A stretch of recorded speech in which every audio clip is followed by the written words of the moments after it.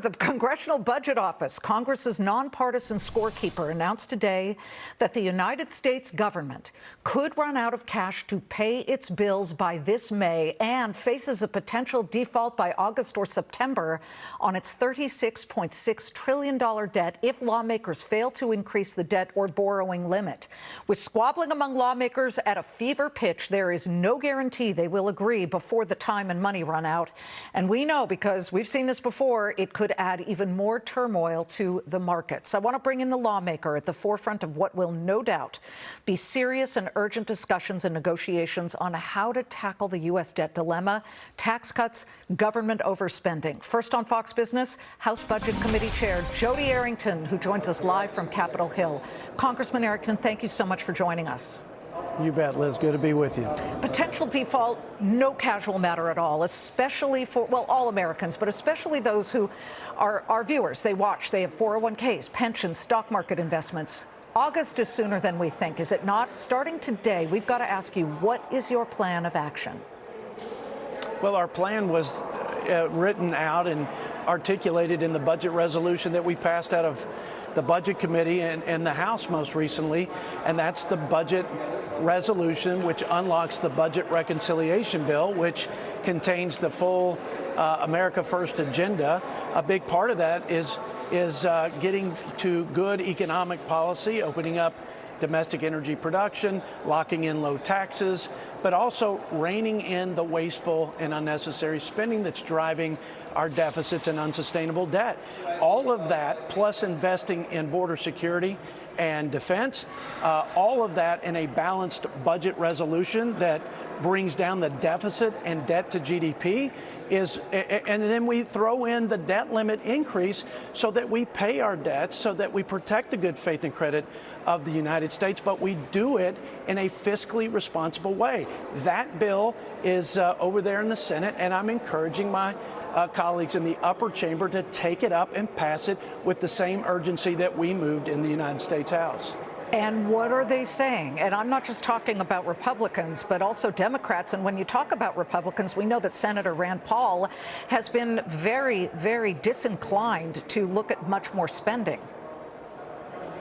Well, we can't just cut taxes and not cut spending, or we shift the tax burden to our children, who are already going to pay the $36 trillion in debt that we're in today. That's World War levels of debt when you measure it as a percentage of our economic output. We'll add $22 trillion with just $22 trillion to that debt over the next 10 years.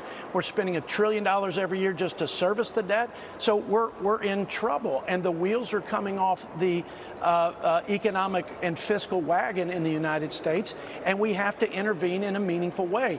If our budget resolution were adopted and we passed the policy bills that roll up as part of the reconciliation legislation, and the president signed it today, then we would bring the debt to GDP down by at least 8 percentage points, if not more. So there's a sense of urgency.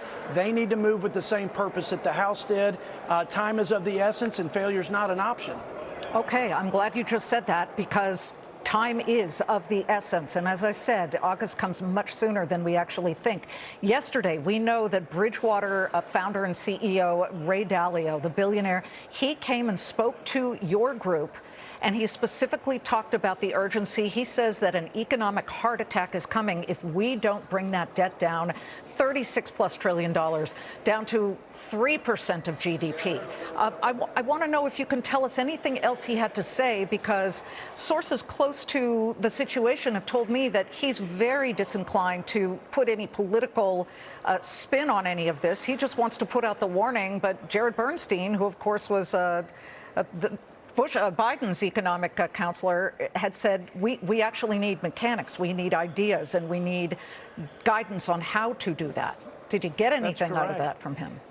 Yeah, listen, this isn't a Republican or Democrat problem.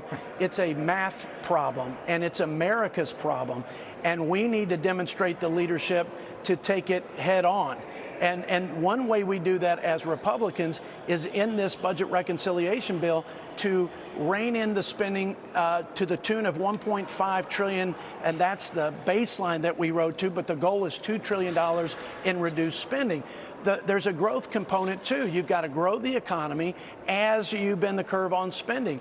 And the last administration's unbridled spending, their failed economic policies of taxing, borrowing, regulating have to be reversed. So that's one element. And then when you look at the long-term unfunded liabilities of some of these big programs, whether it's Medicare, Social Security, those are two of the biggest.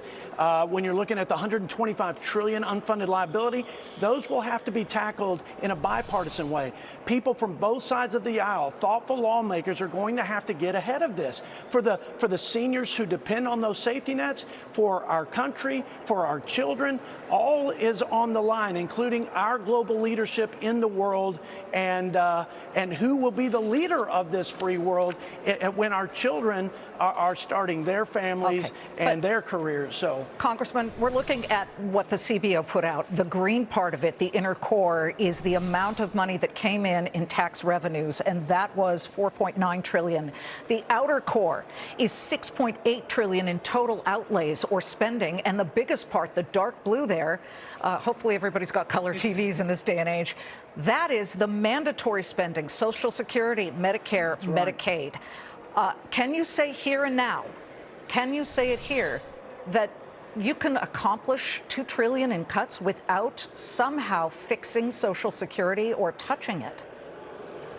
Absolutely. President Biden, with the stroke of a pen, added $2 trillion to our national debt. This is just by executive action. This doesn't even include the Green New Deal subsidies and the expansion of the Obamacare to people making over $500,000, the expansion of the IRS by $80 billion. Absolutely, there's enough fat in the federal government to cut that in this $7 trillion behemoth budget. And you're right.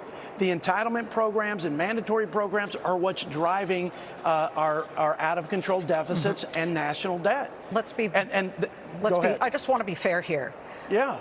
President Biden spent a boatload of money, but so did President Trump in his first administration. Even Republicans have said that. So this is just facts. He didn't spend as much as Biden, but he spent a lot of money. So they're both really in this together, are they not? And this brings up how you are going to do it, because again, I absolutely believe you when you say that there are ways to do this.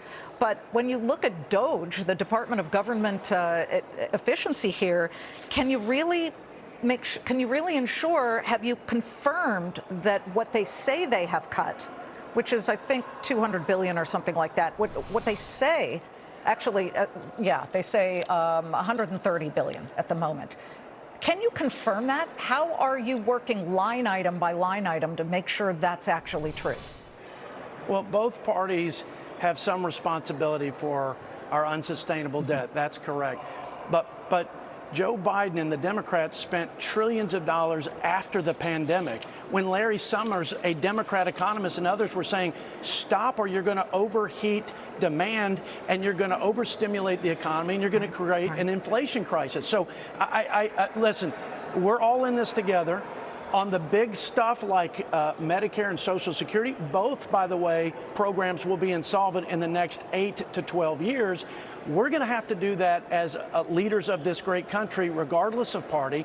But we have an opportunity in reconciliation to unilaterally, as Republicans, address many of these fraudulent and wasteful spending in the programs, whether it's Medicaid, whether it's food stamps, whether it's the bailout monies for student loans. This federal government is fraught with wasteful and fraudulent spending, and we're way overdue for right-sizing the bloated bureaucracy.